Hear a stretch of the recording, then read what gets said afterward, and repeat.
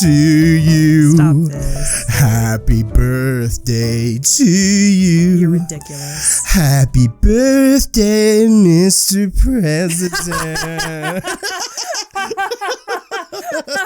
Oh, so it wasn't for me. Okay. No, it's Sam's birthday.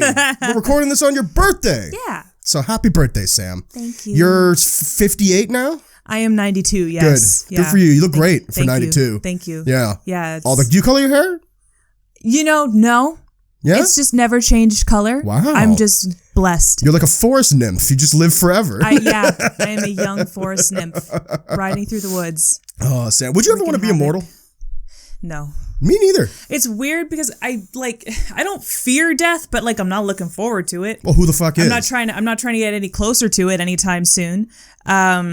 I try to focus on the life aspect of birthday as I have lived another year, not I am 1 year closer to death, glass half full kind of deal. Yeah, because if you fucking do the other one, you're going to be depressed by the time you're 35. Exactly. So, I don't fear death by any means, but where was I going with this? That's a good question. I'm also wondering where you were going with this. We were talking about birthdays. We're talking about being immortal. Would you want to be immortal? Yeah. No, I'm not looking forward to death, but this has got to end. At some point, this has got to end. All the best things in life are good because they're finite. Yeah. Nothing good lasts forever. And that is a super true sentiment. I mean, nothing lasts forever. Yeah. I hate that saying, all good things must come to an end. Because bad things have to come to an end. That makes it seem like life is just little periods of happiness in between shitty things. In between the mucks of shit. Yeah, totally. And it's just there are good times and there are bad times, but all of them have to end.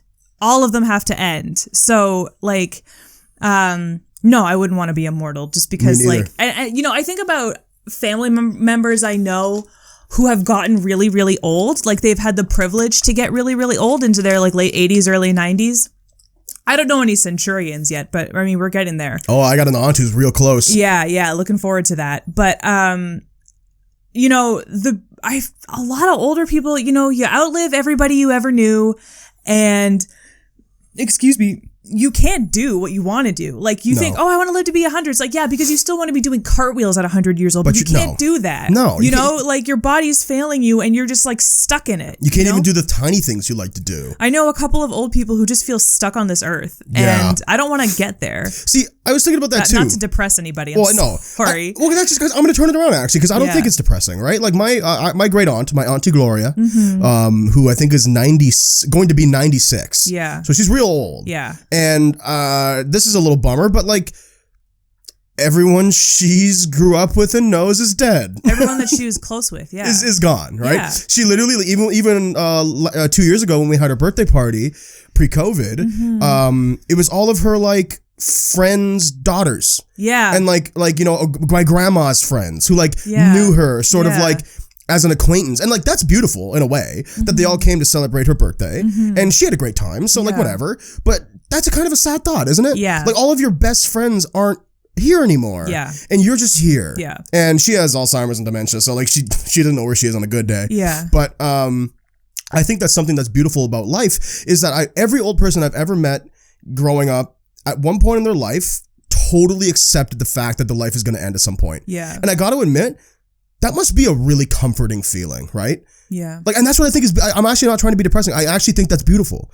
I think it's beautiful to accept the fact that you've had a great life. Yeah. So punching out, we're done, Speaking as a former emo kid here, how are you with death? Just the general concept? How are you when it comes to dealing with the death of loved ones? I mean, death is the harshest and the hardest reality there is. Okay. There's nothing you can do about death.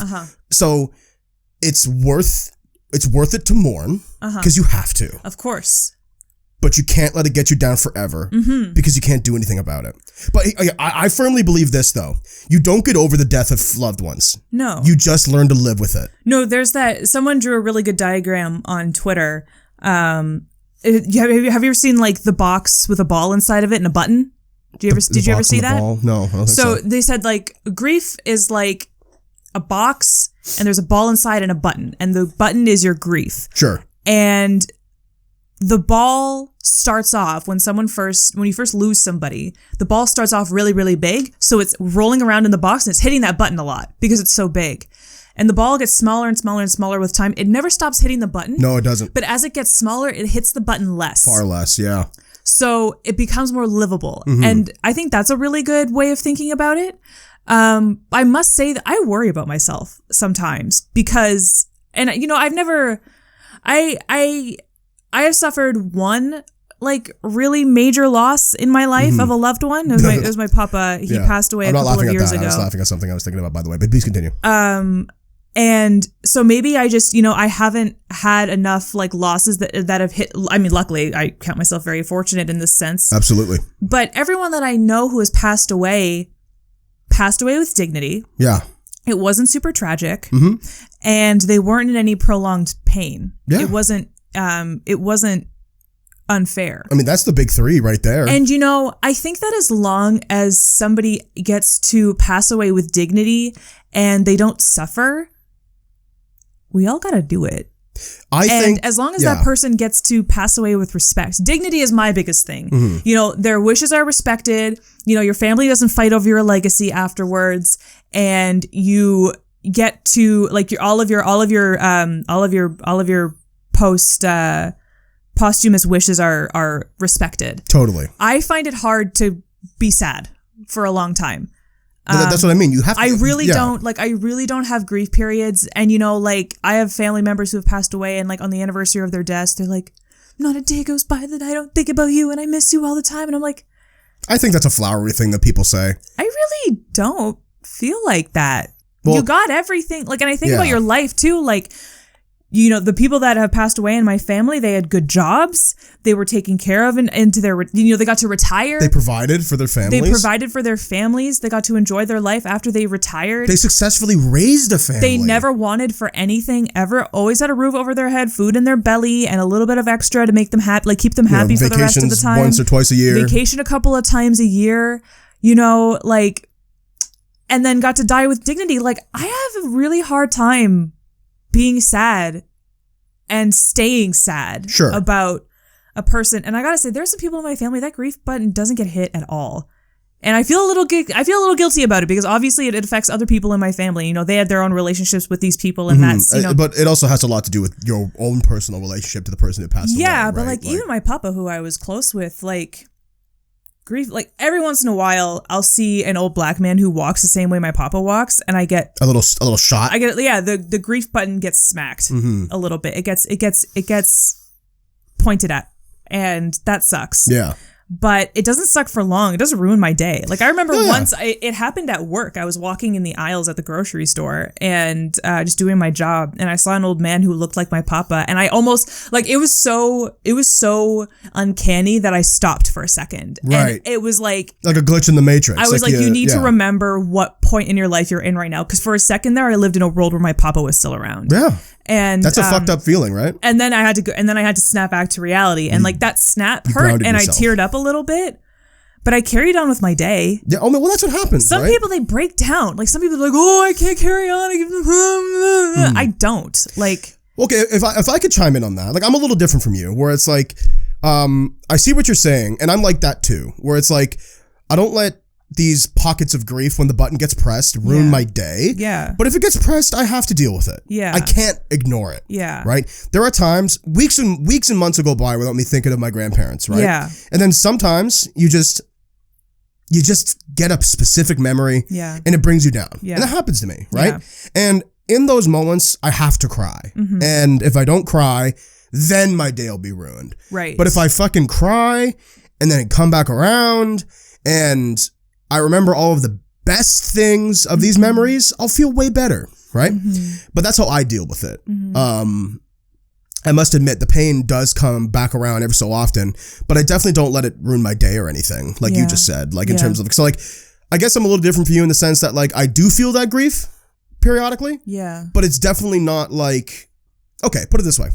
If you broke your leg, you might feel a throb in your leg for the rest of your life. Sure. You know, depending on how it heals. Sure. And it's not going to be like an aching pain. You might just have like a little throb that goes like, ooh, that's right. Like I really injured myself. Mm-hmm. when I lost my grandparents, on either side, but I was particularly very close with my grandparents on my mother's side. Yeah. I was also close with my dad's mom as well, but like she lived farther away, so I unfortunately didn't see her as much. And the pain's not the right word. The grief was really intense. Yeah. So when you get injured like that and it comes around, it doesn't feel like the day they died. Yeah. But it does hurt. Yeah. So you have to deal with it. Yeah. Right? Yeah. Yeah. Yeah. I just worry about myself sometimes because I don't feel like I really gotta make sure that I'm dealing with this properly because it really doesn't mess up my life that much. Well, you also haven't I'm really okay with like getting back to life. Yeah, but it's also fair to recognize, like, for instance, like I was actually talking about this with Buddy Brad the other day. We were talking about like death and stuff, and he asked me a similar question, like how I feel about it in terms of like this is kind of weirdly depressing, but we were talking about like the day that like one of the people in our friend groups passes away, right? And I said to him, I was like, Brad, that one will be hard. If we are 85 and one of us dies, I'm going to go to your funeral and laugh about all the great times we had because we've been best friends for 70 fucking years. See, I think that's the other thing that really makes a difference. A lot of people in my family who have passed away, actually, no, that's not true. A couple of them have had formal funerals, but my papa, had a celebration of life. The most recent one, they had celebration of life. We're kind of doing away with the traditional funeral where you sit and you sing sad songs. It's a little drab, and, right? you know, there's like an open casket and you have to stare at the body for a while and like all this stuff. Like the celebration of life is so much healthier, I think. I agree.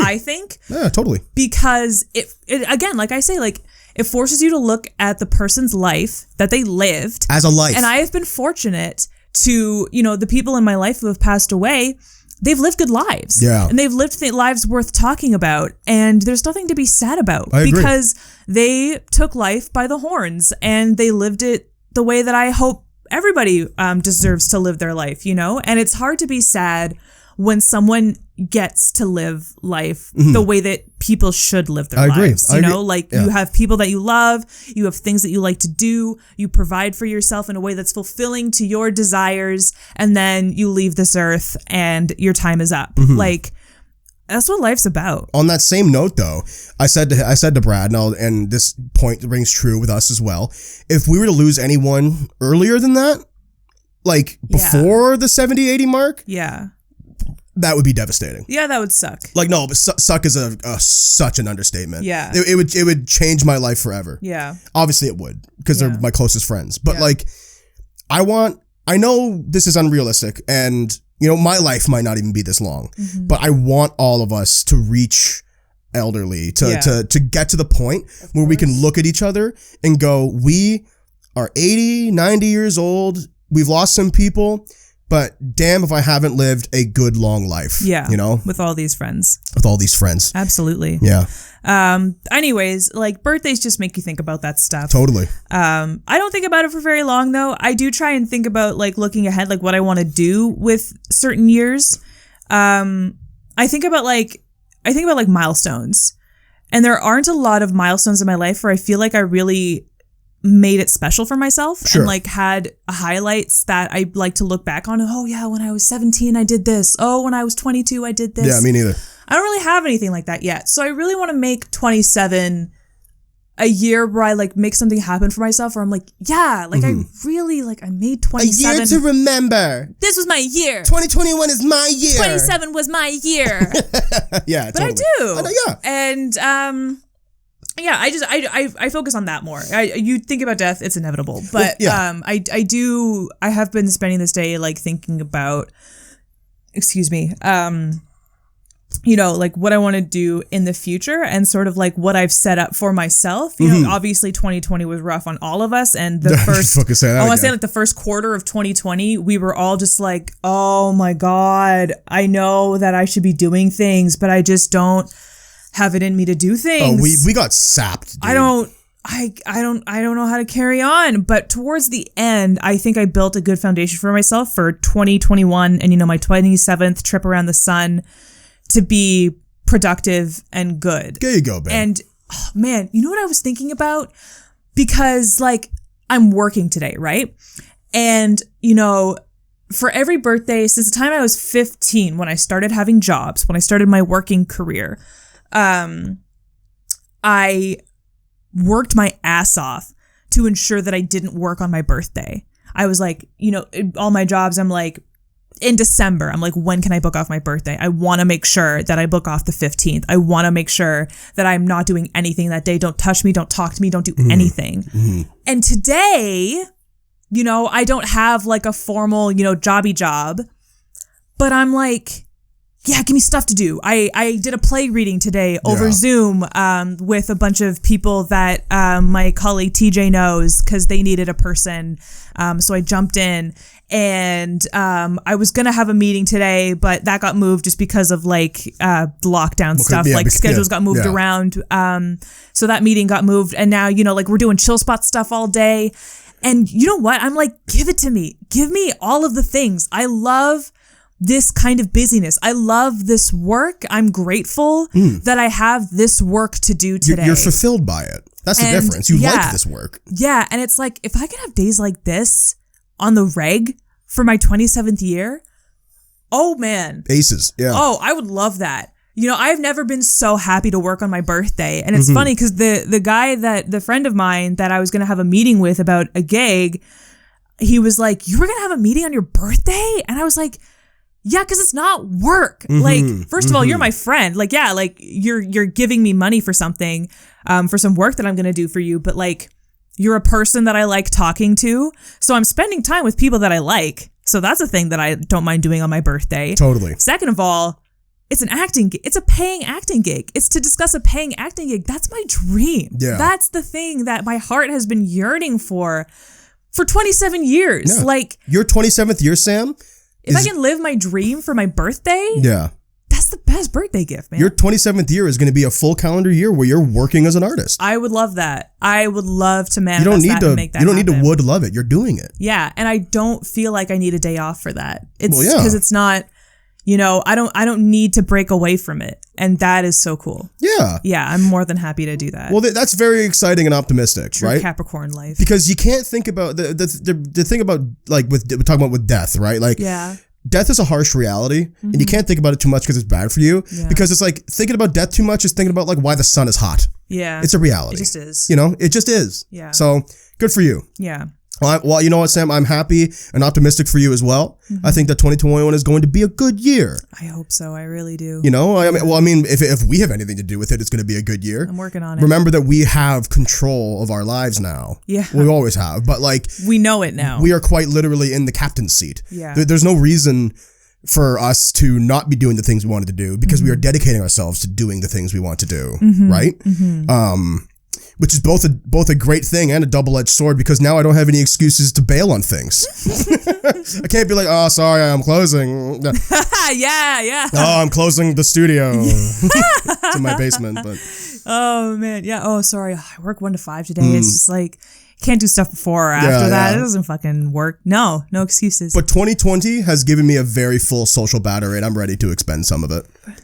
Yeah. Like I was actually thinking to myself today, like, okay, so. I'll leave names out, obviously. Friend of Buddy Brad's in my group from high school has a birthday party every year where like they have a big pre-party and they go to a bar and stuff. Yeah. Now, I know this. I'm not gonna go to the bar, but I might go to the pre-party. Yeah. I'll show up to the pre-party, say hello. You know, in pre-COVID times. Yeah, obviously. I'm talking, but now this example, I'm talking about post-COVID times. Right. When they can do this stuff again. Right. I never used to go because, well, as you guys all probably guess, I'm not a bar person, nor am I a club person, and I don't drink. So like, really, it's like 3 strikes, you're out. Yeah. You know, like I'm not. This ain't my bag. But I might go to the pre-party and say hello and just chill there, and then when they leave, fucking go home. Like that to me is like the best of both worlds, right? Like that's like, because okay, this sort of goes into what I've been experiencing a lot this year, which was me finding out that like I'm not as out there as I thought I was. You're not as open with yourself, with your personality. Yeah. It's funny because I've never considered myself a sheltered person, right? I've never considered myself someone to not tell people things. But in the COVID times, being that all communication is through social media or texting, which is something I really never did. I realized that I'm really not telling anyone anything anymore. Yeah. Because if I was to tell someone something, it'd be in person. So I've just been working on that, you know? Yeah. Yeah. I found this really great comic on Twitter drawn up by this artist who, it really actually, it's not 100% accurate, but it summed up a lot of what I'm going through in terms of that, and how like it's really easy to feel selfish or guilty about doing the things that make you feel like yourself. Yeah. For me, it's like, you know, like writing or drawing or chill spot or, you know, watching cartoons or something, you know, and like feeling bad about not being fun in terms of like what people would consider to be fun.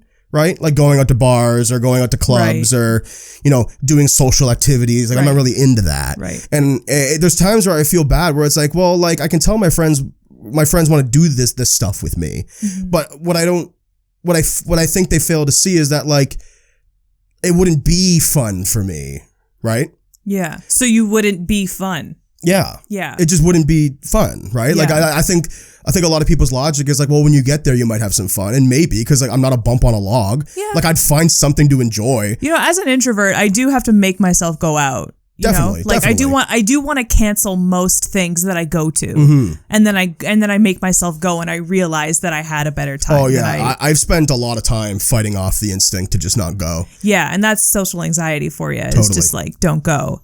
But it's easier not to go. That's what it is. It's easier not to go. Yeah. But at the same time, you got to remember there's some stuff that you just don't like to do and you're allowed to not like to do. Well, and that's what the comic went into as well, where it's like, it's okay, but a part of my responsibility in all of this is to let my friends and my loved ones know how I operate and what would work with me in terms of like, if, you know, like being more upfront with like what you want from me, right? I said a couple podcasts ago, I had a friend clock me on what they like thought of how I was communicating in 2020, but that was a real fucking eye opener. And because I was told and it was brought to my attention, I could do something about it, right? Yeah. And like that really worked. I really can't like go into much more. Like honest to God, like I wish that all of my relationships were like this. Where someone's like, hey, I need this from you. Yes. Yeah. Very much so. Pretty straightforward. You know, like it's amazing how that works. Isn't it funny how when you tell people what you want, you get what you want? Well, it's funny, Sam, because like, yes, obviously, right? Like we're making a big joke about it, but like that's not easy for everybody. No, it's not easy for anybody. I would argue that we're all bad at it. For sure. Yeah. Letting your expectations be known. Yeah. Right. And, basically, like I guess I don't really have. I'm not even halfway through this whole process of changing my social behavior and habits. Right, so I don't have anything conclusive to say, but it is something that's been on my mind a lot lately. It's just something that you don't realize until either somebody tells you or you start doing it for yourself, and then you realize, like, oh wow, like the way that I was operating was not working for me. I was just complacent in my own mediocrity, and like I thought that I was happy with things, but like there were things that I wanted that I was just denying myself for no reason because I just thought that I couldn't have them. Totally. You know, my family, especially my dad's side, has a terrible habit of not basking in their own glory. We are humble to a fault. We are humble. Too humble. We are too humble, man. I remember, so my great aunt Sandra, I'm going to brag about Auntie Sandra for a minute, the lady that I apologize to all the time for swearing. She was a teacher and then a principal in the Toronto School Board for her entire career. She was an educator. And what I learned from my uncle, my uncle was, my great uncle Raymond, her husband, was telling me about her career achievements and how she's been invited to like conferences, like educator conferences, to speak about how she teaches because she's won awards for her teaching style. Wow. And she's had such a good impact on her students that people want to learn about how she specifically teaches because she's so good at it and had such a positive impact on her students throughout her entire career. And she tells no one. She doesn't talk about it. And my Uncle Raymond was like, it's so annoying because I think she's fantastic. Totally, yeah. And she doesn't tell anyone this and nobody knows this about her. And, you know, like, this year, my dad got written about in a book called Everyday Hockey Heroes by Bob McKenzie. and he's in the first chapter about race in hockey.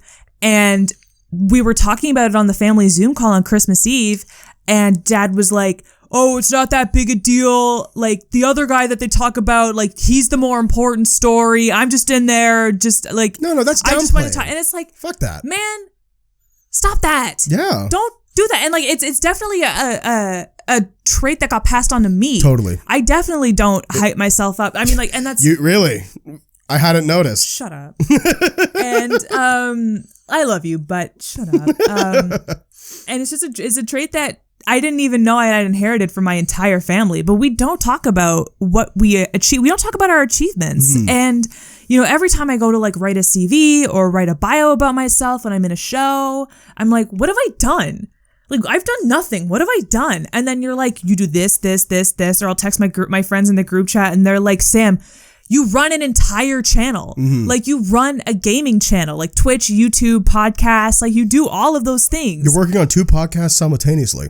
And like, what do you mean you don't do anything? Mm-hmm. And I'm like, oh, I just don't look at it as achievements. You're writing a fucking play right now. Yeah. And well, I mean, like, I'll look at that as an achievement when it's done.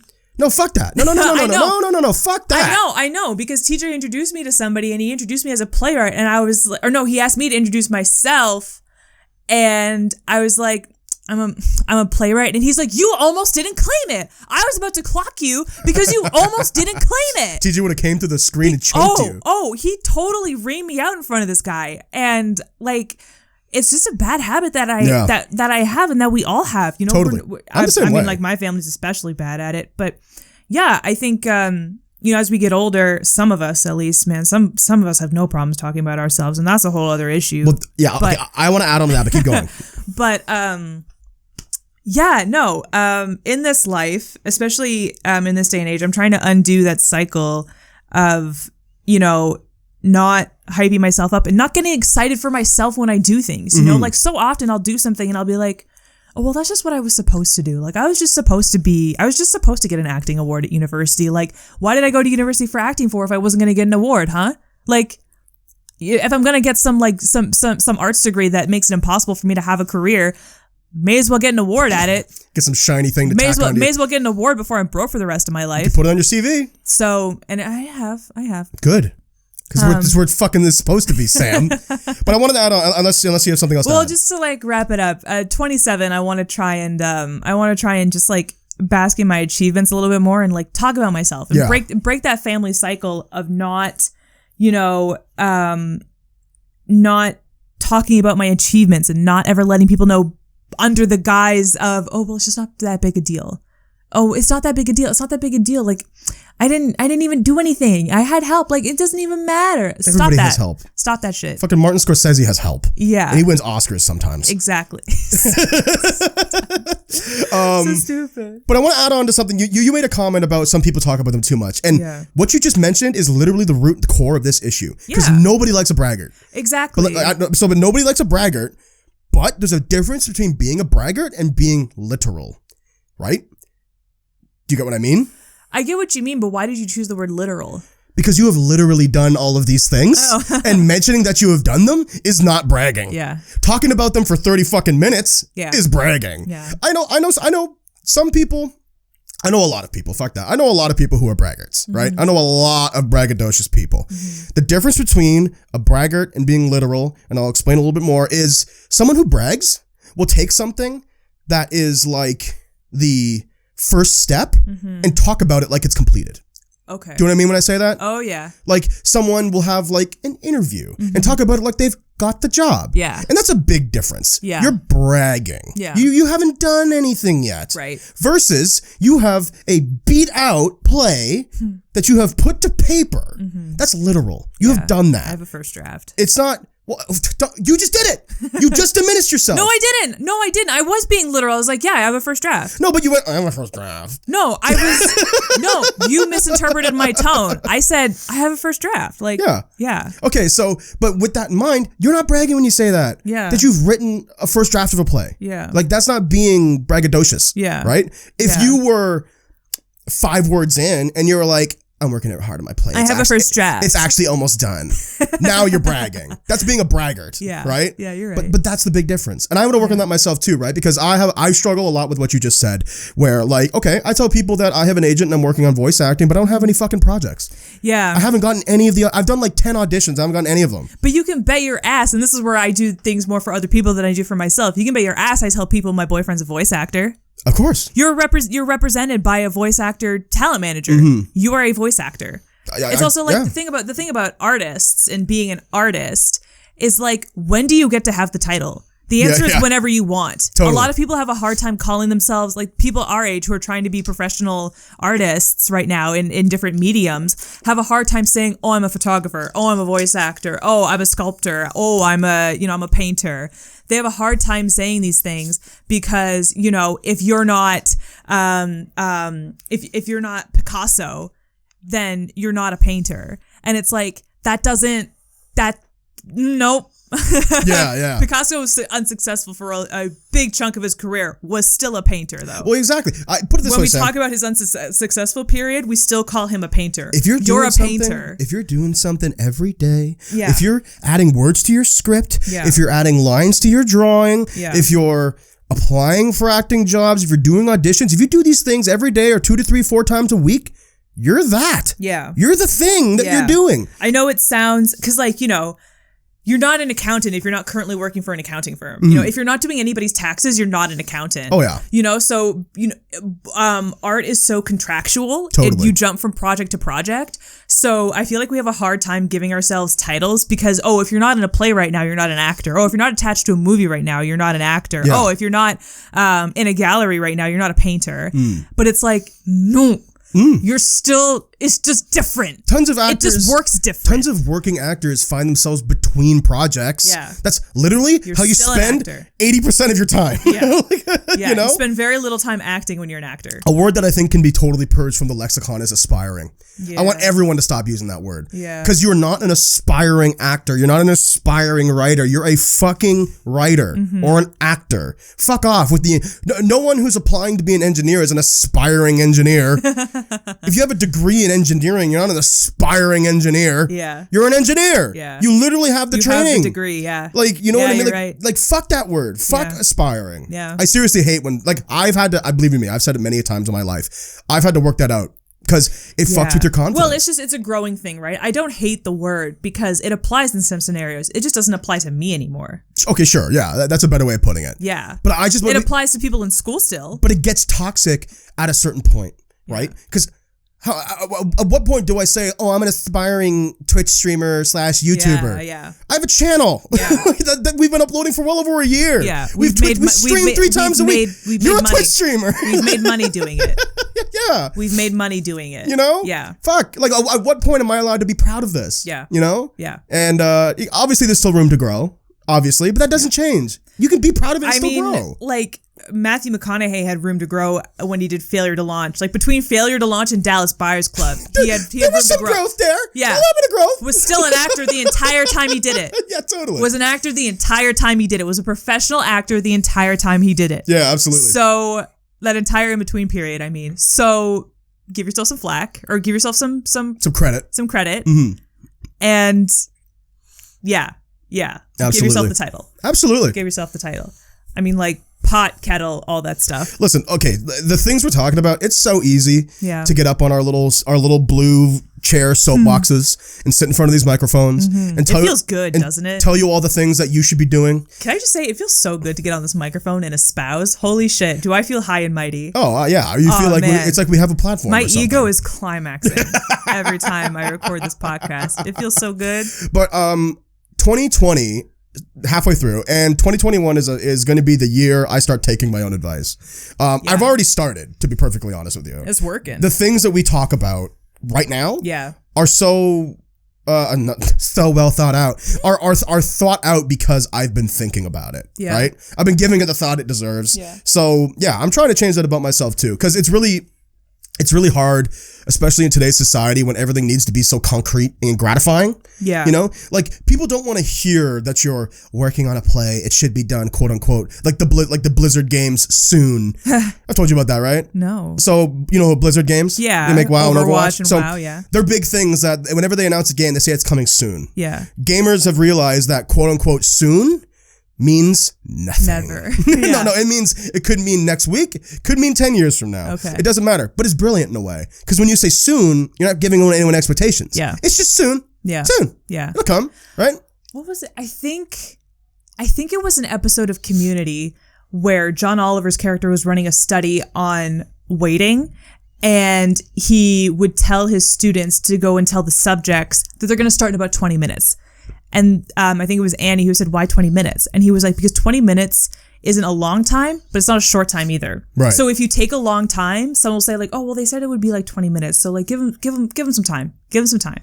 But they maintain their patience enough because 20 minutes isn't half an hour. No, it's half an hour is too long. It's half of an hour. Oh, I see what you mean. And 45 minutes is like, you may as well round up to a full hour at that point. 20 minutes though, like it's enough time to like, you know, do some stuff. 10 minutes twice. You can like go to the bathroom, get a coffee. Sure. You know, get a sandwich, eat it, you know, read a chapter of a book in 20 minutes if you really wanted to. If you really just like did it boom, boom, boom. Yeah. You know, like you can do a lot of stuff in 20 minutes. You can also do not a lot of stuff in 20 minutes. Right. But before we get too off topic, to put the period on coming soon is like. To put the period on what we were just talking about, people don't like to hear like I'm working on something. They want to hear I've worked on something and now there's money in my bank account. Tough. You know?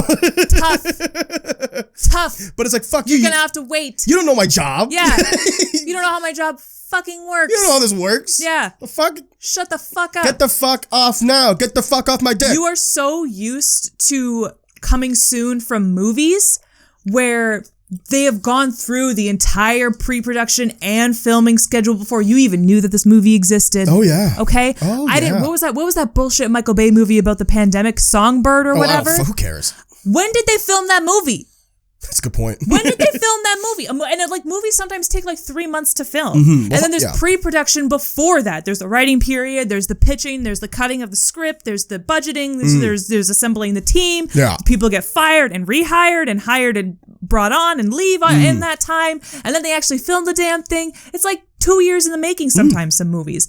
And then you see a fucking coming soon poster and you're like, oh, I only have to wait a month for this movie to come out. And you think that's how art works. Totally. But you're wrong. I see what because you there mean. was that entire pre-production period and production period before that. Oh, yeah. Art takes time, motherfucker. Well, people fail to realize, like what you just said, like they see a trailer and a lot of people, a shocking amount of people, don't understand that the movie is done. Yeah. Like that's why you're seeing clips from it. Yeah. Yeah. Hello? They're not filming it now. No, of course not. Yeah. Like, and if they are, like what the fuck is going on? And then there's post-production where like editing and song and music arrangement and effects and all of that stuff. Like, get the fuck out of here. If my play's not done by the end of the year, you know, then it's done when it's done. That's what the fuck is up. We have the luxury. That's what happens. We have the luxury of being in our position of not really having deadlines for projects. And like, that doesn't make us any less wanting to work on them. No, like, listen, I would love to finish my play by the end of the year. I'm just being realistic. But I was going to say, but the reason why we have the luxury of time is because we want this to be the best it can possibly be. Yeah. That's why we bring it to our writing group. That's why we show our friends, you show your partner Alton. Like, you know, like, unfortunately, like what you just said, with a lot of like professional productions, they're marred by the fact that it has to be out when they say it's going to be out. Yeah. Right? Yeah. And then that's why you get movies that maybe aren't the best they could possibly be. Yeah. But in our position, as a couple of people who talk into microphones and also write words on pages sometimes, we can work on these projects as much as we want. Yeah. Right? Yeah. Yeah. Exactly. And I mean, like, I'm pretty dedicated to getting it done. Well, of course, you work on it fucking daily. I don't want to say as fast as possible because I really don't want to spit this thing out. It's not about speed. I do want to I want to work on it. I'm excited for a rehearsal process. I'm excited to have a project that I conceived of completely originally by myself that I think is unique and is a story that deserves to be told. I'm excited to put it out into the world. I would like to finish it. Such a fresh perspective. I'm excited to finish it. Yeah. But you should be very excited. I'm excited for you. You know, it's going to be good and it's going to be done well. And so that's going to take time. It's like that beautiful triangle Janelle showed us in school. Oh, yeah. Well, where it's like fast, cheap, and good on each end. And you can only have two. That's right. So if it's fast and cheap, I want it good and cheap. It's not gonna happen overnight. It's not gonna be time. Yeah, that's right. It's not gonna happen overnight. But you want it fast and good. Well, it's not gonna be cheap. Yeah. You know. Yeah. And what's the last one? If you want it to be cheap and good, it's not gonna be fast. That's and right. And then cheap and good, it's not gonna be fast. Fast and good, it's not gonna be cheap. Cheap and fast, it's not gonna be good. There you go. Yeah. There you go. Yeah. But you know what? That is seriously some of the best advice I've ever gotten. Oh, hands down. And it has helped me alter my perception on the things that I consume.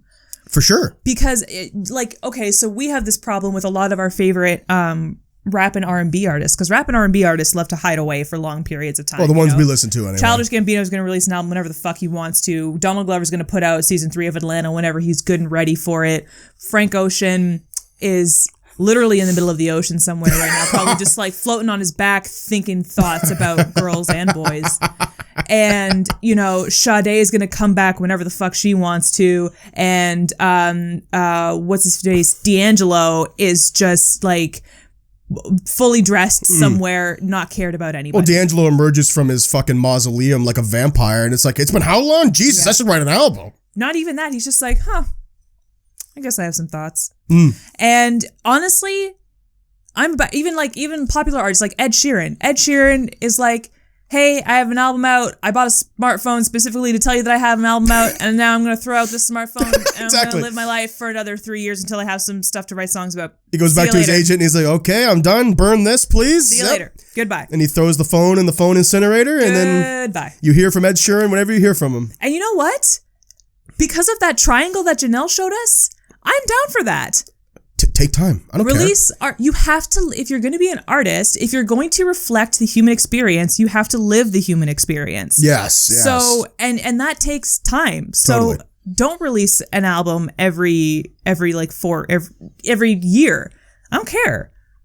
Well, I think the death of art is yearly releases. Yeah, everyone's giving Rihanna a hard time. I'm like, guys, I don't give a fuck when Rihanna releases her album. You have any idea how banging that album's going to be, though, when it comes out? Yeah, because she took her time. That's what I mean. Yeah, totally. Yeah, it's going to be so good. Yeah. So take your time. No, I don't care. Yeah, I agree. Because release another Savage X Fenty line. You think about yearly releases. It's a big thing in video games as well, because video games, as we all know, take years upon years upon years to develop. Yeah. Right. A year of development time in a video game is like pittance. Yeah, it's like a week. That's way too short. Yeah. Like that game is not going to be good unless it's like, I don't know, they cut corners, right? Yeah. Like a AAA third-person shooter game should not take a year. No, The Last of Us 2 took 8 years to make. Yeah. And if Cyberpunk 2077 is any indication, sometimes you just have to fucking grapple with the fact that the thing you want this to be can't be out right now because it isn't what you want it to be. Mm-hmm. They pushed it to release Cyberpunk, I mean. And look at it, right? Yeah, it's buggy as hell. I've been enjoying the game, but okay, just last night, I had to restart my PlayStation 4 times, take the fucking disc out and put it back in to get the game to launch. Wow. Because it's just so fucking buggy. Wow. Do love it though. It's just like, but that's because all you so fucking buggy. Gamers complained and whined to CD Projekt Red about how long it was taking instead of letting them do the thing. If we just took the pressure off, if they were like, hey, we want to make a Cyberpunk game, and we want to make it good, so it's going to take a long time. Yeah. Hey, CD Projekt Red, is it still taking a long time? Yeah, but here's a model and here's some ideas we have coming out, but we want to make it perfect, so it's going to take longer. I don't know when. Just longer. Okay, fine. And just back off. Yeah. If there was no pressure to deliver by a specific date, or if there was no it's been 10 years, why is it taking so long?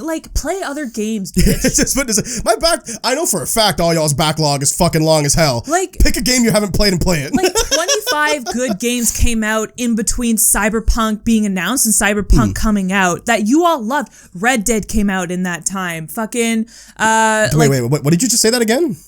In the time between Cyberpunk being announced, that they were doing a Cyberpunk game and Cyberpunk being released. I misheard you. I thought you said by the time Cyberpunk had come out. No. And I was like, Red Dead is 2 years old, Sam. I was like, between Cyberpunk being announced and Cyberpunk coming out, Red Dead 2 came out, Last of Us 2 came out, Spider-Man came out, Ghost of Tsushima came out, Demon Souls came out, Sekiro came out, and these are just Sony games. And those are just AAAs. There were, the whole Nintendo Switch came out, Breath of the Wild came out. Oh, see, the Switch came out a year before that. Before Cyberpunk was announced? Oh, sorry. I'm getting because there's so many dates. I'm getting confused. Yeah. No, yeah, you're right. You're right. Yeah. The Switch came out, and then all of those Switch games came out. Breath of the Wild, Smash Brothers, the literal sea of indie games. Animal Crossing, the sea of indie games that you had to choose from. Telltale died and came back to life. There was a death and rebirth in the time of Telltale that it took games. Cyberpunk to come out. Just enjoy that. Yeah. Stop, I know I came into gaming late, so I'm not into the swing of things, but like a lot of the things that gamers have issues with, I really don't have. I have a hard time getting mad with you about. Gamers are babies, dude. Yeah. Like, I hear you. I have a really hard time getting mad with y'all about some of the stuff that y'all get mad at. There is some blame to be laid at CDPR, though, namely in the management. Yeah. The upper management, because, recently, let me finish. It's this culture of deadlines. Recently, there was a video that they posted where they essentially blamed their quality assurance testers about the state of the game, saying, oh, we didn't know we was in this state. And like, in my opinion, literally could not make a worse mistake. Yeah. I don't know why you decided to throw QA testers under the bus when gaming Twitter literally is always going to be on the side of QA testers. Are you fucking kidding me? That was their second mistake. They've made many. But the first biggest mistake, I swear to God, Sam, was announcing Cyberpunk in 2013. Yeah. Because first, put it this way. They announced in 2013. It didn't reach full development until 2017.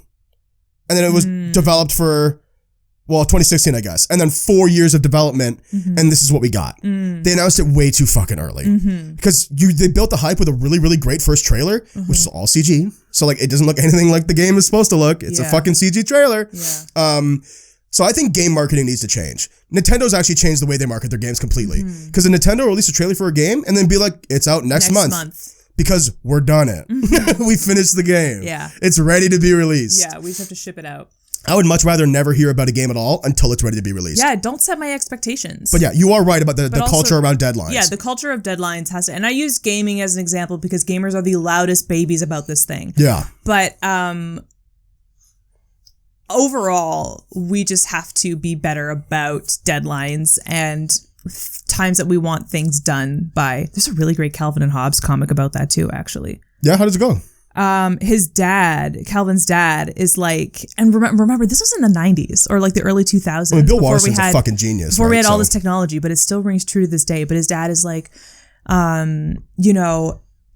back when I started my career, if a client wanted a job done in a week, it was a rush job and they had to pay extra for it. And it was this huge thing. But now with, because it's Calvin and Hobbes and this is the 90s, he's like, now with fax machines and telephones and multiple lines and computers, everybody expects things to be so much faster. And we invented these machines out of convenience. But as our expectations rise, things just become impossible to have convenience in.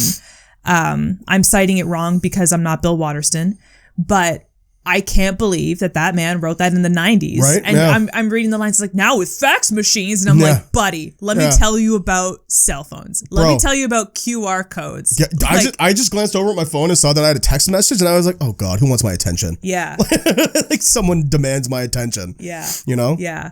But that sort of culture that Bill Waterston was talking about in the 90s is so much worse now. Much worse. I just want it to stop. And like, it's not going to happen. But the thing that I want so badly, if we're going to take any silver lining from this COVID time, is like, we got to stop. We have to adjust the pace at which our society is used to running by. 100%. Are you joking? Yes. We gotta allow things to run slower. I would like to see the world shut down on Sundays. That would be fun. Yeah. When everything closes on a Sunday. Yeah. I know that there's religious tone in that. Like it used to be because everybody was at church the whole day. Sure. And so you just took the day off to, worship. But I would just love it if we had a day. I mentioned this in the last podcast about Christmas time, how much I love Christmas time because it's a time when everybody slows down and reflects. Yeah. And that's what worshiping is for people who have a faith that they subscribe to. It's a time of reflection and connection with something bigger than yourself. You don't necessarily need a religion nowadays to do that, but it's good for the space to have it. If we could just take Sundays, I'm just picking a day of the week here. It can Sunday be Wednesday. I don't give a shit. Yeah. But like, if we could just take a day of the week where the world slows down and we slow down and we understand that we are all slowing down and stop expecting things of each other all the time, constantly, I think we would be better for it. And I would love to see our society take that on. I don't think it's going to happen because we're all just so fucking frustrated with the stay-at-home orders and stuff like that, that it's like it went from 0 to 100 really, really fast with no adjustment period. And we're all just sort of like, our backs are sort of broken because of it. But I would like to see us adopt a slower pace. I think that, yeah, like you just said. Take a goddamn nap in the middle of the day like they do in Spain and Italy. Yeah, no kidding. I think we will see that, though. I think when the world does open up, there's going to be two things that happen. There's going to be a major economic boom of like fun stuff. Like we're going to see like movie theaters and traveling and like, I don't know, golf courses, mini golf, whatever. Like shit that you do recreationally is going to get a major boom. And we're probably going to see a second baby boom. Probably. Probably, right? Probably. I mean, probably. However, after that, I do think we'll see a leveling out. Because what you just said, the sentiment of slowing down, I've heard from a lot of people. I've heard from a lot of people that say that the one silver lining of COVID is that we literally were grinded to a halt and had no choice but to address the fact that we were going too fast. And I think that after this sort of initial excitement, we will see a leveling out. I would love that. At least in my optimistic, humble opinion. Again, like I mentioned in the previous podcast, this is the sort of behavior that I'm going to exude in the hopes that other people around me follow suit, and then it grows from there. Absolutely. I definitely want to take on, you're not going to hear shit from me about going fast if I can help it. I mean, shit, dude, hell yeah. Like, I wasn't like this before necessarily, but, like restaurants, take your time. Movie theaters, take your time. Artists, take your time. Revolutionaries, hurry up and eat the rich as fast as you possibly can. Yeah, where's our Robin Hoods at? What the fuck? Yeah. Robin Hood can hurry up. Robin Hood can pick up the pace a little bit. Totally. But he's the only one, really. I don't really give a shit about anything else. Yeah. Like, things can come to me when they come to me, and as long as I'm safe and as long as I'm healthy and my loved ones are okay, I'm good to go. I think a new thing that I want to adopt when the world, when we land in our new normal, our newer normal, I guess, is stopping the idea of doing things on a time limit. Like, for instance, like, don't go to dinner and a movie. Just go to a movie or just go to dinner. And if that dinner takes 2-3 hours, so be it. That's all you're doing tonight. Yeah. Fuck it, bro. Yeah. Get a second dessert. Who cares? Like, go to a movie theater, get popcorn, spend 2.5 hours at that fucking movie. Yeah. Watch it. Maybe even sit in the lobby for another hour with your friends talking about it. Yeah. Like, doing the death and the death of all of this comes at the speed of social interactions, where it's like there is literally nothing worse than going to a restaurant like 2 hours before a movie and then slowly dawning on you that you're going to be late and you have to leave. Yeah. That blows. Yeah. Because you're having fun. Yeah. Why are we scheduling? Why do we not give ourselves enough time to have fun? This is so stupid. This is so dumb. This like hurry up and relax culture can go anytime now. Absolutely. I'm so ready for it. My evenings have become like this is going to change as paid gigs come, right? But because our work is so self-motivated, I've been, and you have been, far more strict on ourselves when it comes to how we plan our weekdays, right? Yeah. Like, we're up at 8, 9 in our respective offices, working on things we want to work on. We have dreams, so we're working on them, right? However, when that means, like, if I get a full good day of work in, 5, 6 o'clock rolls around, leave the office. Yeah. And relax. Yeah, get out. And feel okay about the fact that you're relaxing. And that's something I grapple with too, obviously. But that's something I want to change in the future completely, right? Stop planning these evenings where you do 6 things with your friends. Do one thing and have a quality time. Yeah. That's I guess what I'm trying to Or if you naturally bounce to a secondary location, then like fine. I'm not John Mulaney. I don't hate a secondary location. I mean, if you're getting kidnapped, you might not like a secondary location. It's a little different. But no, you're totally right. If I'm at the park with my friends and it's like a Saturday and like we got nothing going on and someone is like, you guys want to go to fucking Galaxy Golf and play around a mini putt? I'm like, you know what? I would. Let's do that. Yeah. Let's get in the fucking car and drive over there and be happy with the fact that we have the time to do nothing. And we're filling it with something. But the idea is that like, okay, everyone, we're going to go to golf for 2 hours, and we're going to go to a movie for an hour, and we're going to go for dinner for exactly 45 minutes. Like, I want to shoot myself. Yeah. Like, the idea of that is awful, and I want that to change, you know? Quality time. Yeah, you're right. You're right. For sure. I completely agree with you. Yeah. I just want everything to slow down. Well, think about how great it was this past Christmas break when you and I just accepted the fact that we're on vacation. Yeah. And then really leaned into that. I don't know how hard you did, but I did, for sure. I know you did. I fucking woke up and I was like... I mean, you don't have to twist your arm at all to take a break. No, I don't. Yeah. But I also it's a double-edged sword for me. There are days where I'm like, I didn't fucking do anything today, so I'm going to work on what I should be working on during the day in the evening. And that kind of breaks my cycle a little bit. But you know what? That's part of being strict on yourself, though. Yeah. If I didn't reach my... I don't want to... Because separating it into fun and work is unhealthy and negative. If I didn't fulfill my creative goals, I can't feel good about fulfilling my relaxation goals. Yeah. You know what I mean? Yeah. Well, put it this way. If from 2 to 3 p.m. I got sidetracked and goofed off and watched an hour of YouTube videos, well, that's an hour less of relaxation time that I now need to rectify with an hour of creative time when I would be relaxing. Yep. You know what I mean? And that sucks. It does suck, but that's the way it is, right?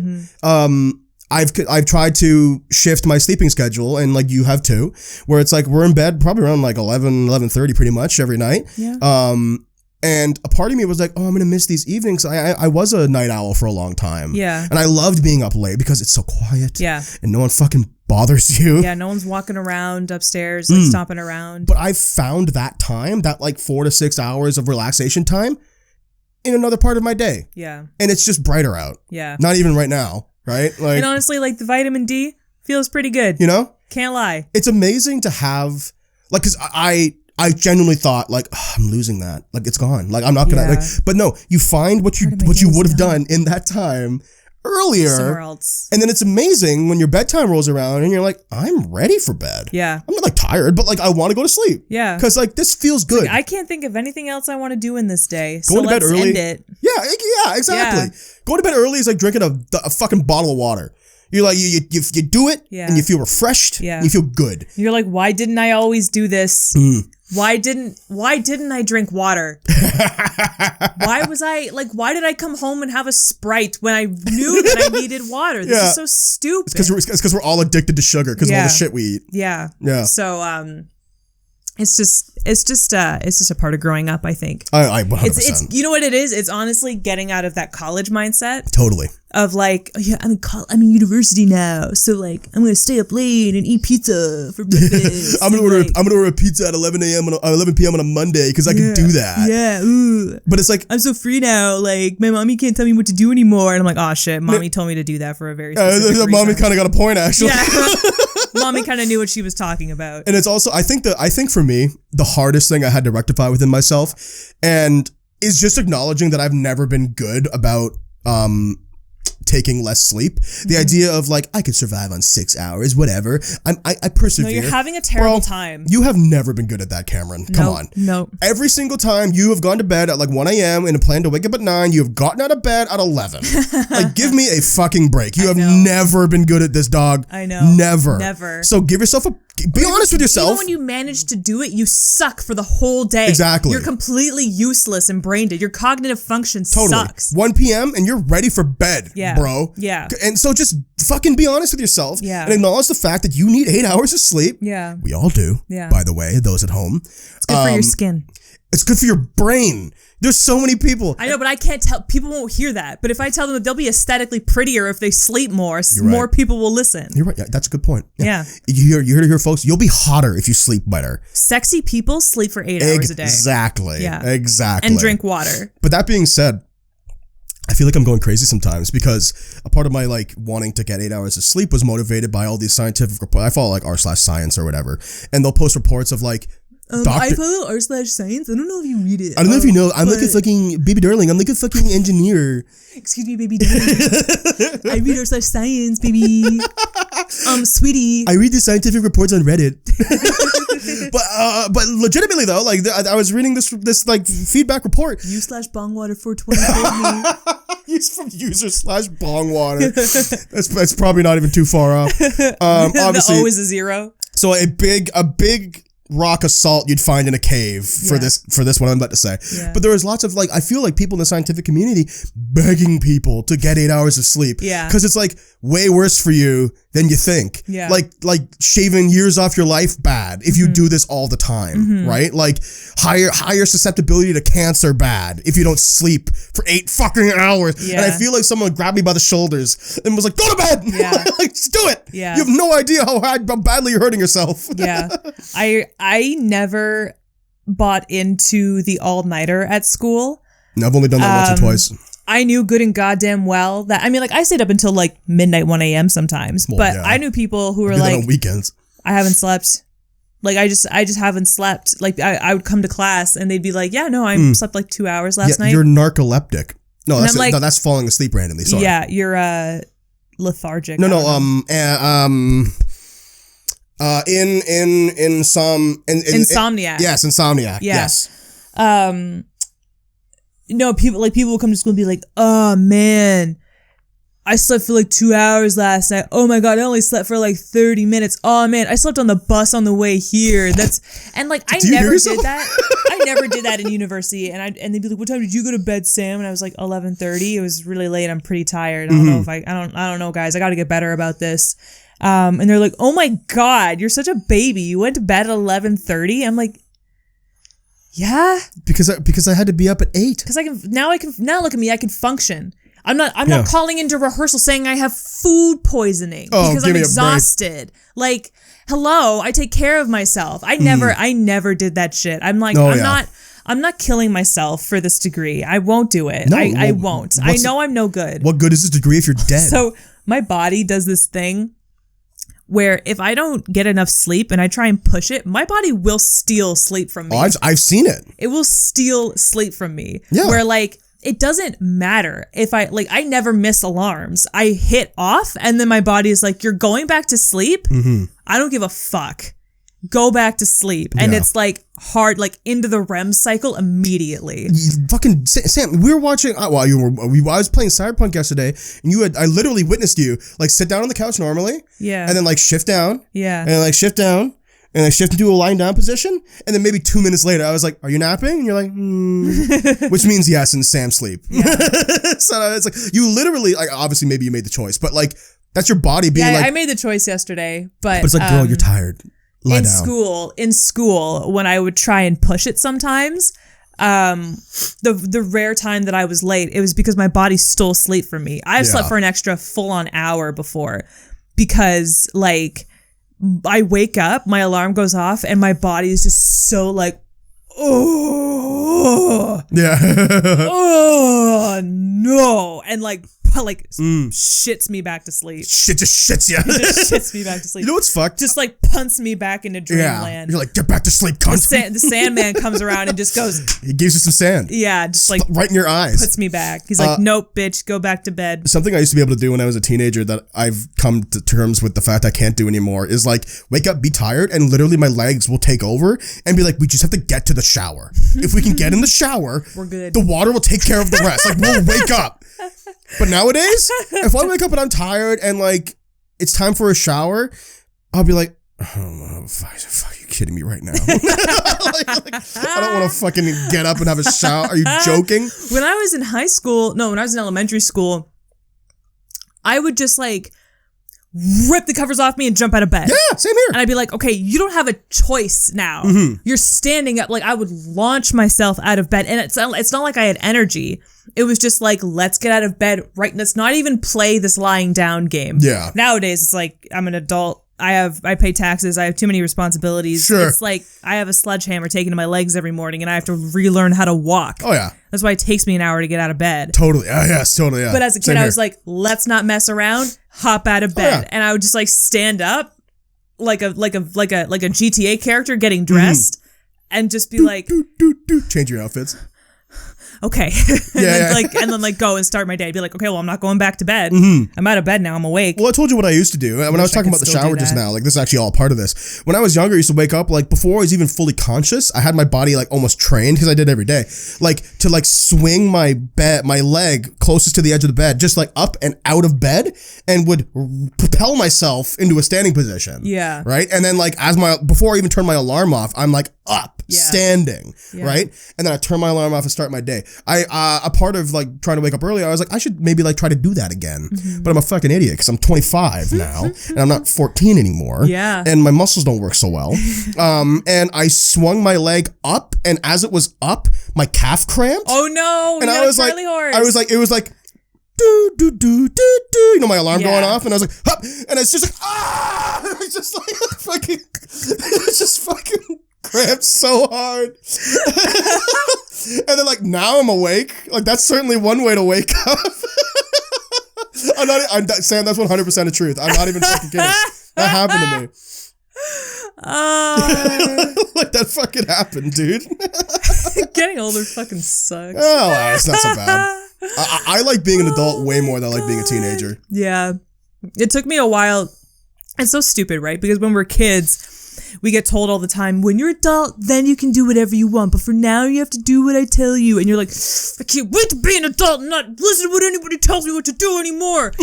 And then you're like 22 and your parents are like, so you can do whatever you want with your life now. You know that, right? And you're like, Mike, can you tell me when to go to the doctor, please?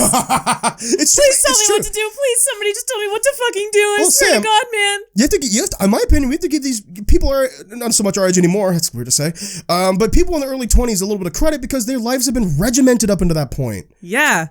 It's kind of stupid. And then they get snipped free. Yeah. And it's like, have you been paying attention and taking notes? No. For the past 18 years. Okay, well, you're free now. Okay, well, run your life. Yeah. Pardon me? How do I do taxes? What's a T? You're asking for my T4. You've never told me what a T4 is. I know. And then you're like looking at me like I'm the dumbass because I don't know what a T4 is. Bitch, I've never had a job. Yeah, really. I've never done taxes. What are you talking about? My own taxes, anyway. Yeah. Yeah, like fucking come on. Yeah, God damn it. Give these kids a break. Give them a little break. Give them a little break. But yeah, driving this meat vessel is a task and a half. That's life. Yeah. That's what all the people say. You're riding high in April, shot down in May. I don't know the rest of the words as well. Wow. And we know I'm going to take that tune. Something, something with you. Who is that? It's Frank Sinatra. Oh, you should really let him sing it. Oh, wow. That's rude. I actually have something I kind of wanted to ask you about. I've been thinking about this for a while now. Is this going to make my face hot and embarrass me? No, I don't think so. Is there anything on this planet Earth that you know what you're talking about when you talk about it? That like 100%? That you are completely knowledgeable on and that you know you can speak intelligently about? Is there any topic or hobby or you know, point in historical era or anything that you can talk about completely intelligently and know that if someone were to fact check you, they would have a hard time finding inaccuracies? That's a tall order, because I'll be honest with you, like a lot of the things I talk about, like a part of my safety net is acknowledging the fact that I'm not an expert in the things I talk about, that I merely am interested in knowledge of the subject, and that I'm allowing myself to be wrong in the pursuit of learning more knowledge. Right? Gotcha. I wonder about that. Wow, that's a good question. Because like I would think like video games, but at the same time, like not really. I'm not a game developer. I don't know what goes into making a video game. I just have opinions on video games, right? I'm an enthusiast. I don't make the thing, right? I mean, shit. If I had any like concrete proof of knowledge, I guess it would be acting. Because I mean, shit, I got a fucking degree in it, programmed for 5 fucking years. Yeah. Like, you know, like I feel like I should probably have some credence to know what I'm talking about in that regard. But still, I think about like some things, like I don't know a lot about Shakespeare. I certainly have my opinions on Shakespeare that I think I'd like to think that I can defend them. I've had conversations with Toby where I feel like I've spoken, because Toby, has a PhD. He's the Shakespeare guy. Yeah. Well, yeah, he has a PhD in dramaturgy, yeah. And he's literally worked on like professional Shakespearean productions at Stratford Festival, which is like he wrote a premier Canadian stage for Shakespearean art. Yeah. Like it's so like I have my opinions on them. But they're just opinions. They're not facts. Well, yeah, Toby knows facts. Oh, yeah. And like I think about like you with D&D. Like I know that you're not 100% right all the time, and like no one is. I'm not asking for perfection here. I'm talking about like, is there anything that you feel you can speak really intelligently on? In terms of my hobby. Oh well. Okay. I'll give myself a little bit of credit. In regards to D&D. Dungeons and Dragons, getting into that hobby has opened my eyes to the fact that I love fantasy worlds and fantasy and creating them and expanding upon them. So I've read a lot of things and a lot of articles. I just bought a book actually that I've been meaning to read on world building. And I'm trying so hard not to say I don't want to toot my own horn because this is toot your own horn. I'm going to toot my own horn. Break it down. I like to think that when it comes to the world of creative IPs being like TV, movies, video games, books, whatever. That's a lens that I see a lot of stuff through, and I can see the cracks when they're there, and I always have ideas on how to improve that. Okay. In my humble opinion. Okay. Like we had a conversation about Big Mouth a couple of weeks ago. Yeah. Where you're talking about how season 4 introduces like another like personified thing, like the anxiety mosquito or something. And I was like, I think these mental whatever personifications are getting out of hand. There's too many of them now, and it feels like a shtick. And I think that is counterproductive to the world that they're building of these literal other worlds of these mental images that exist and run like a business, like the hormone monster world. Yeah. Right? And you gave me the comment, and you're 100% right in giving me this comment that like, that's not what the fucking show is about. And you're right about that. Yeah. But that's how I see it. Well, you like world building. Yeah. So you got attached when they did the Hormone Monster World episode. Oh, so cool. You got attached to it because you like it whenever anybody takes anything and tries to build an entire world out of it. Because it was fascinating. Because the Hormone Monsters stopped being... to see more of it. They stopped being an idea. Yeah. And they started being a living, breathing thing. Yeah. And that is so cool. Yeah. And that's what I guess that's, world building, I guess would be my answer. Yeah, it was fantastical. It was fantastical to you. Because it literally happens in another realm. I think they like walk through a closet and they fall into the toilet. Yeah, they fall into the toilet. Yeah. Did they fall into the toilet? Remember, like Andrew gets like flushed down the toilet. I think. And man, you're the fucking Big Mouth fan. I was gonna say he falls into a toilet in the first or like second episode of the first season, and then comes back out. No, you're right. He does go through because they open up the closet and there's the portal. Yeah. Yes. Yeah. You're right. It is a closet. Tyler, the weird hormone monster that you don't like, also comes out of that out of Nick's closet. No one liked Tyler. Come on. I think people. Was like that Tyler. Divine and Andrew Divine? No, that was I don't remember the actor's name, but he plays Bevers on Broad City. Yes, I like him. Yeah, that's a character that's done a 180 on me. Yeah, because I was like, this fucking guy. Oh, Bevers in Broad City gets so much better. Well, he's well-rounded. Well, because they stopped making him gross, like an oaf. And actually turn him into somebody that Abby actually has a relationship with. Totally. Like he's part of the main cast now. She comes to accept him as a friend. At first it's frustrating because he's like he's the roommate's boyfriend who like, lives there and doesn't pay any rent, and the actual roommate is never there. Totally. But and then he's super gross. But then like because he's just kind of stuck there, they're like, well, I guess we're friends now. Like Broad City. I guess we're fucking friends now. And like that's what it needed to be. You either needed to get rid of Bevers because he was annoying the shit out of you, or nut up, accept the fact that he's here, and make him a part of the group. Yeah. And he became part of the group. To bring it back, because I want to ask you the same thing that you asked me. But Broad City is another good example of the lens of which I view world building because. Well, that's just so easy because it's just like New York. But here's the thing. New York can be any fucking thing you want. But here's what I thought was brilliant about that, Sam, is that if, as you know, as a Broad City fan, if you watch anything but the action in Broad City, like if you look at the background, you're going to see 10 things that's going on. Yeah. In this tiny little square. Yeah. And it's so cramped but big. Yeah. And I've never seen a more interesting and creative representation of New York, because that's not literally what it's like, but it's a fun idea. Let me finish. It's a fun idea. Yeah. it's reminiscent of what New York is like, right? You don't need to do an accurate portrayal. You just need to make people feel like that is what New York is like. Yeah. And that's a part of creating a believable world. I only disagree with you in the sense that I think that... Because you've been to New York. Well, this is the beautiful thing about New York is that New York is different to everybody. Everybody who has been to New York or who currently lives in New York is experiencing a different New York. Yeah. And it is a city that molds itself to the people who inhabit it in such a way, like when I was there, New York was absolutely magical. Okay. The buskers on the subway all loved me. Okay. I got handed a beautiful little origami frog by a little curly haired angel on the Staten Island Ferry. The Staten Island Ferry. It's a water bus. Okay. It's just another mode of transport. Sorry, all of my birthday wishes are coming into my phone. So just is that what the is? Yeah. Yeah, mostly. Oh, you're so fucking popular. I know.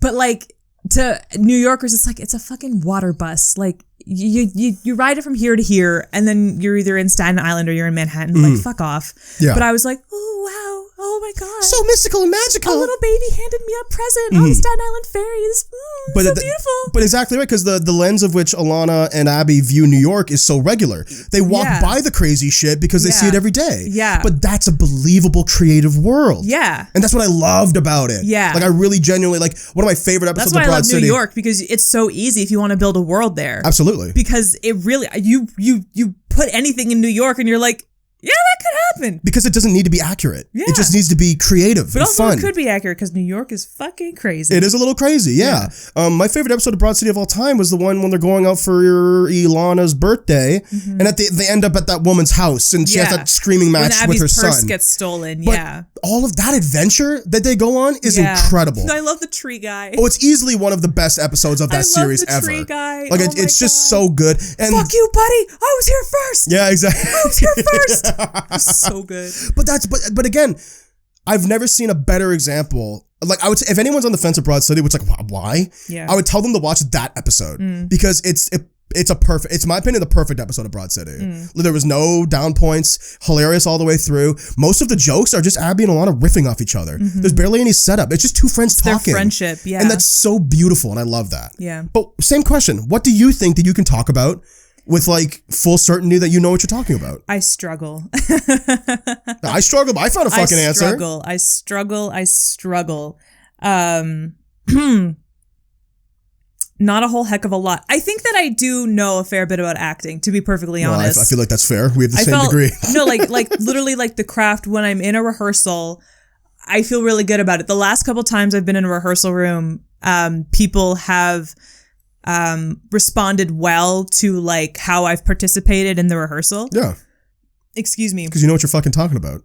Like one of the greatest compliments that I've ever, I mean, it wasn't really a compliment, but it was just like a nice thing that happened. I was doing a show and we were having a conversation with one of the actors about her monologue.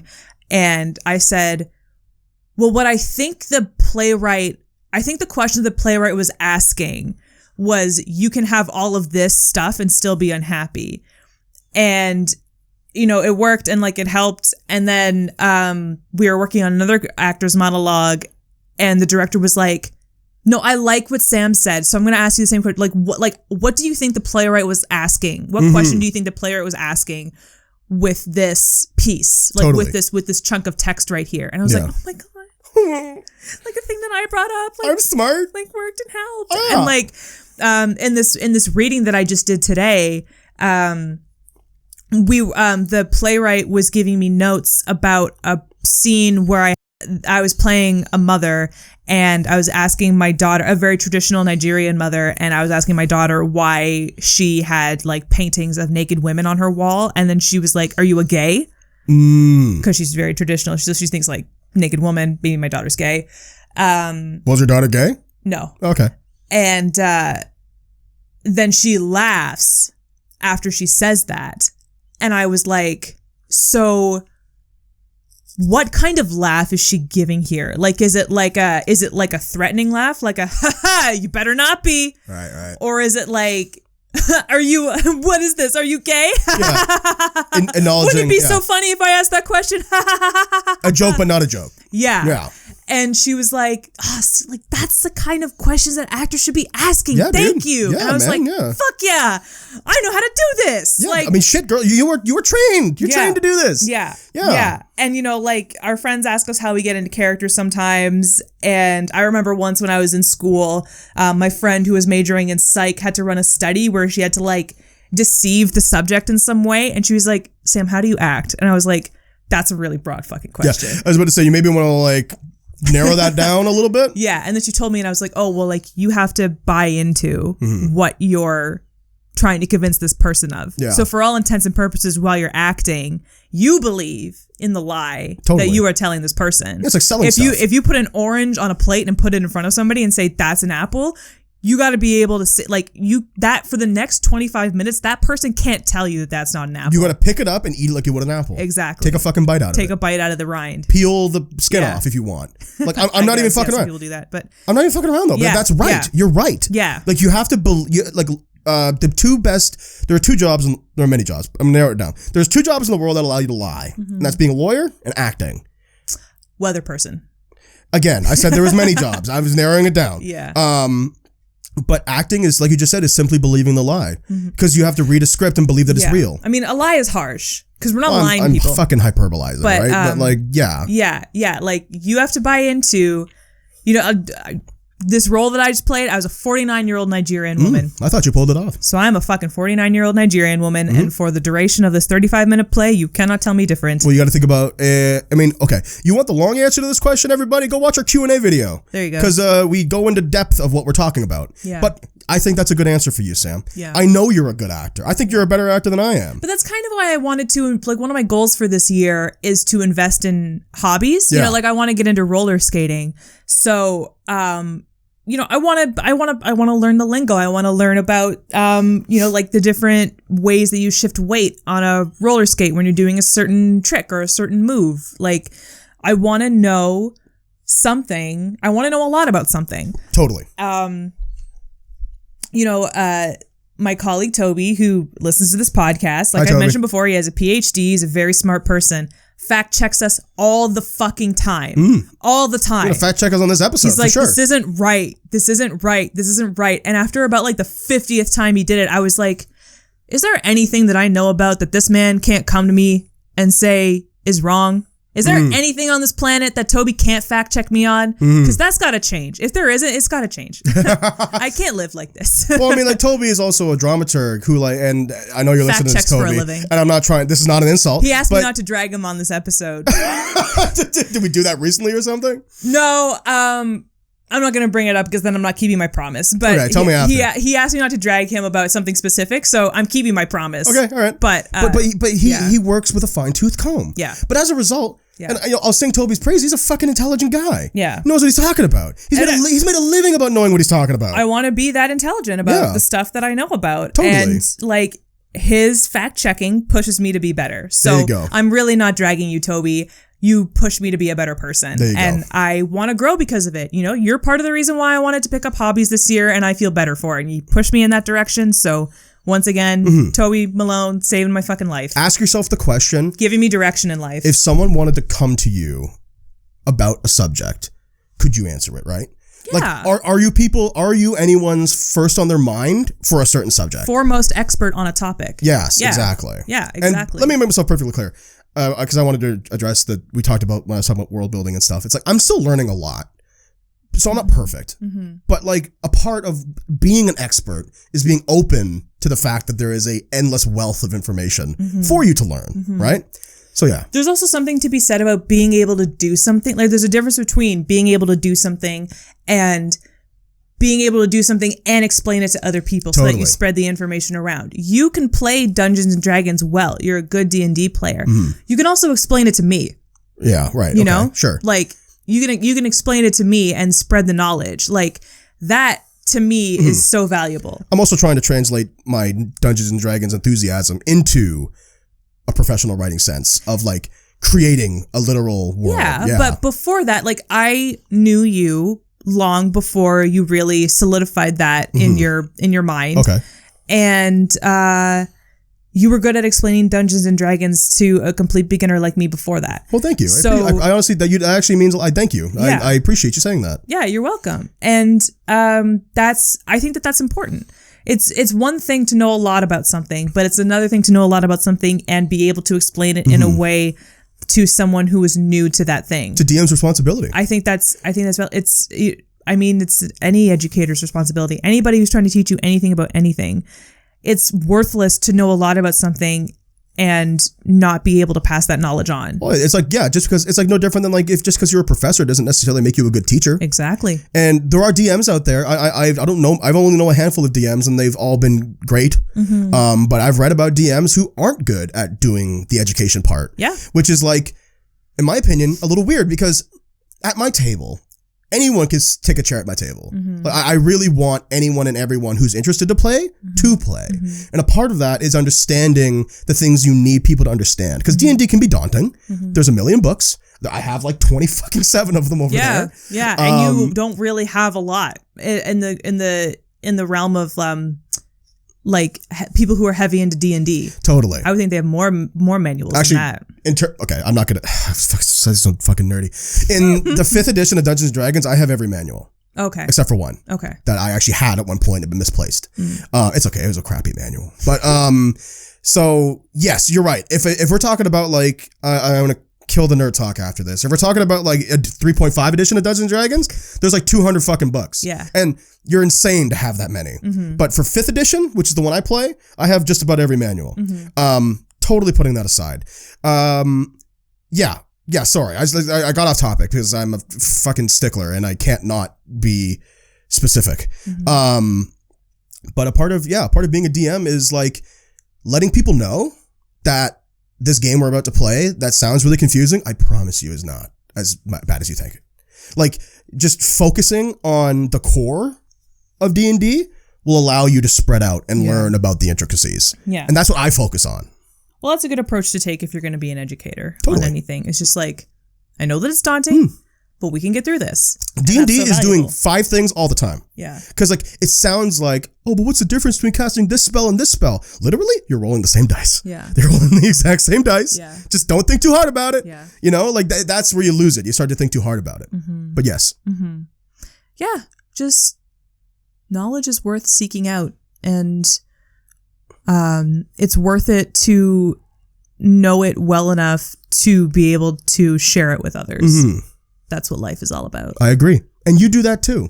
Thank you. You're good at talking about acting. I think you're better at talking about acting in a more educating sense than I am, because my acting is very like, as we expunged on I'm not going to do the whole fucking answer again, is a bit more tactile and written down.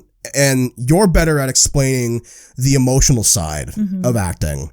And in a much more succinct way that I can. I can't really put my process to words. I think both of us can't be succinct about anything. Well, I mean, we're podcasters. Being succinct is not our fucking job. It's not my forte. You want this? It never has been. You want to be a 10-minute podcast? Yeah, I'll give you. I'm succinct on Twitter because there's a character limit. Yeah. You know? I don't have a choice. I have to be succinct. Yeah. Yeah. But yeah, I just want Toby Malone to leave me alone. That's all I want. Malone alone. Malone alone. Leave me alone. Leave me alone. Leave me alone. But all right, guys, listen, this has been an hour-and-a-half podcast. So it's been a great one, too. That sounds lovely, yeah. So thank you so much for listening to the Chill Spot podcast. And if you want me to have a good birthday, I mean, it's today, so it's coming out after my birthday. But if you want the good feeling to keep going, then you can subscribe to our podcast on Spotify, Apple Music, Google Podcasts, Podbean if you're into it, YouTube. I think that covers everything. You can subscribe to our YouTube channel. Yeah. Watch our videos up there. We put up videos every week. And you can subscribe to our Twitch channel. That would also make me very happy. And join in on our Twitch streams. We have a lovely community on twitch.tv/chillspot. Yes. We stream 2 to 3 times a week. And I would love to see you there. Yes. So if you haven't gotten me anything for my birthday yet, A, you're late. B, you can do those things. And it's free. And it's free. It's so free to subscribe, guys. You have no idea how free it is to subscribe. And I'm serious about that. It's just like, you know, if you like us, you have no idea how much your support means in the form of a like, in the form of a comment, in the form of a subscription on YouTube. And I mean, it would help make my 27th year go better. Exactly. Yeah. So thank you so much, you guys. And we'll be back next week. The Chill Spot Podcast uploads every Tuesday at 3 p.m. So see you next time. Bye. Bye.